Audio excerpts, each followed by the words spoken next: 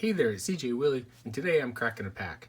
I'm back with pack number 5 in my Magic the Gathering Zendikar Rising bundle. The focus of the video is, what is your pick? As I crack the pack, I will discuss which card would be my pack 1 pick one. My viewpoint will be from a very casual Magic the Gathering player perspective. It will not be a Pro Tour grinder or even Friday Night Magic grinder take.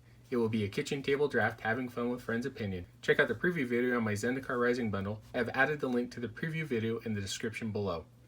Let's get to cracking pack number 5.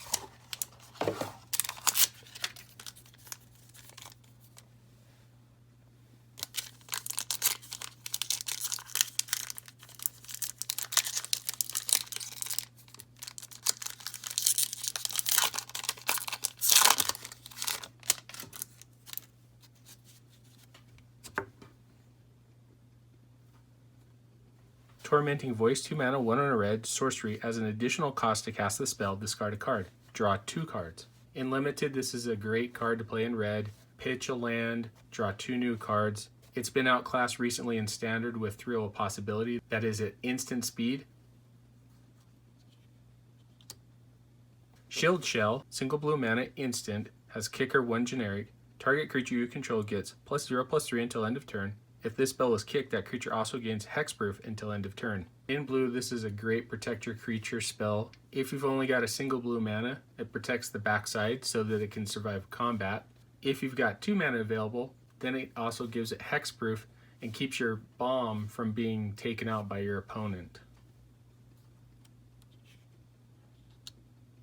Practice Tactics, single white mana, instant, choose target attacking or blocking creature. Practice Tactics deals damage to that creature equal to twice the number of creatures in your party. I found that this will be dealing 4 damage. Typically, you end up with 2 creatures in your party. Sometimes you'll have 3, and that's even better. 6 damage will take out just about anything in Limited. Pyroclastic Hellion, 5 mana, 4 and a red.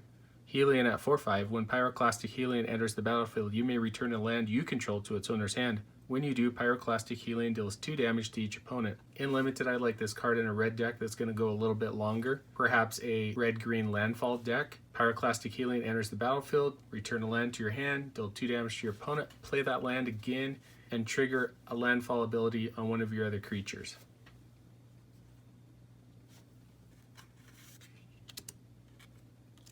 Blood Price, 4 mana, 3 and a black, sorcery. Look at the top 4 cards of your library, put 2 of them into your hand, and the rest on the bottom of your library in any order. You lose 2 life. In Limited, this is an okay card. It's a little slower. Sometimes you can't afford to take off turn 4, but if you have the opportunity to lower the shields in a controlling deck, drawing 2 cards is going to further your strategy for the long game.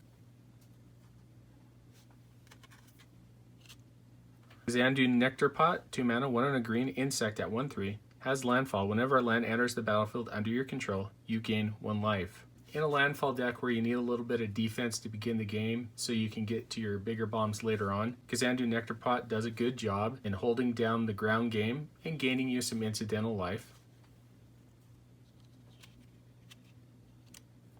Glacial Grasp, 3 mana, 2 and a blue, instant, tap target creature, its controller mills 2 cards. That creature doesn't untap during its controller's next untap step. Draw a card. In Limited, I don't think this card fits very well into the blue-black rogue mill deck. I do think that it goes better into more of a controlling deck, whether that's white-blue or blue-black.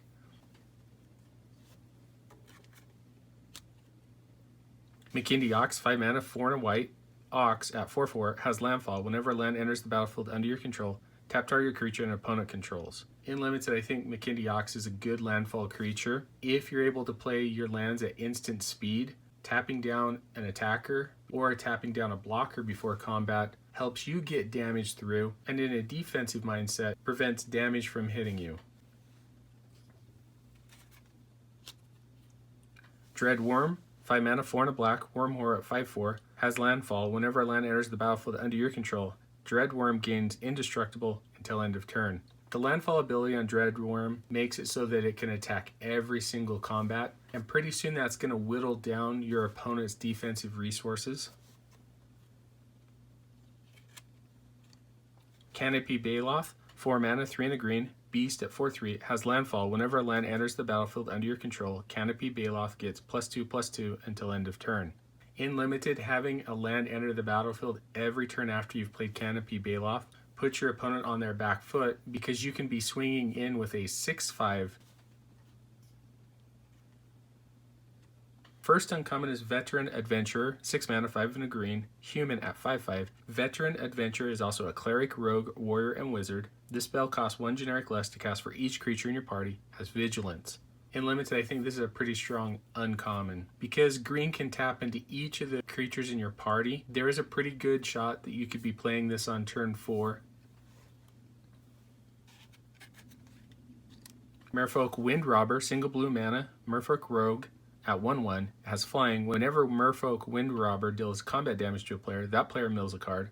Sacrifice Merfolk Wind Robber, draw a card, activate this ability only if an opponent has 8 or more cards in their graveyard. A 1/1 flyer for 1 isn't great. Being able to mill a card each time it deals combat damage does help a little bit in the blue-black Rogue Mill deck. I think where it has a lot of power is the final ability. Draw you into that next card to help you win the game. Final uncommon is Warrior Disruption. 2 mana, 1 and a blue, instant. Counter target spell unless its controller pays a single generic mana. In Limited, it's a card where you hold on to it, and when they tap all out, you get them. On the flip side, you can play it as a blue land that enters the battlefield tapped. If you're needing that blue mana, you play it. Okay, will we get a great rare or mythic rare? We have Coveted Prize. 5 mana, 4 and a black, sorcery. This spell costs 1 generic less to cast for each creature in your party. Search your library for a card, put it into your hand, then shuffle your library. If you have a full party, you may cast a spell with converted mana cost 4 or less from your hand without paying its mana cost. I don't think this card does very well in Limited. I think if you were going tricolor, it's a possibility, but even then it's a little bit of a challenge. Tutoring effects don't pan out so well in Limited. It's really hard to take a turn off to go tutor the card that you need.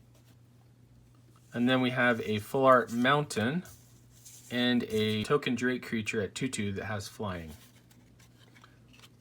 My favorite card or best card out of the pack is going to be Veteran Adventure.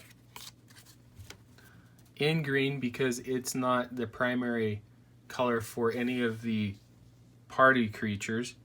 Green does have creatures at cleric, rogue, warrior, and wizard, and paired with any other color, you'll be able to get to party relatively quickly. I found in draft that Veteran Adventure is pretty strong, and in some instances can come down on turn 4 and provide you with an instant defensive creature, and on subsequent turns a 5/5 that can attack and then sit back on defense. Anyway, hope you enjoyed the video. If you did like it, please subscribe and share. Take some time to tell me in the comments section what was your favorite card or the best card of the pack. Until next time, when I'm back to crack pack number 6 from my Magic the Gathering Zendikar Rising bundle in What Is Your Pick?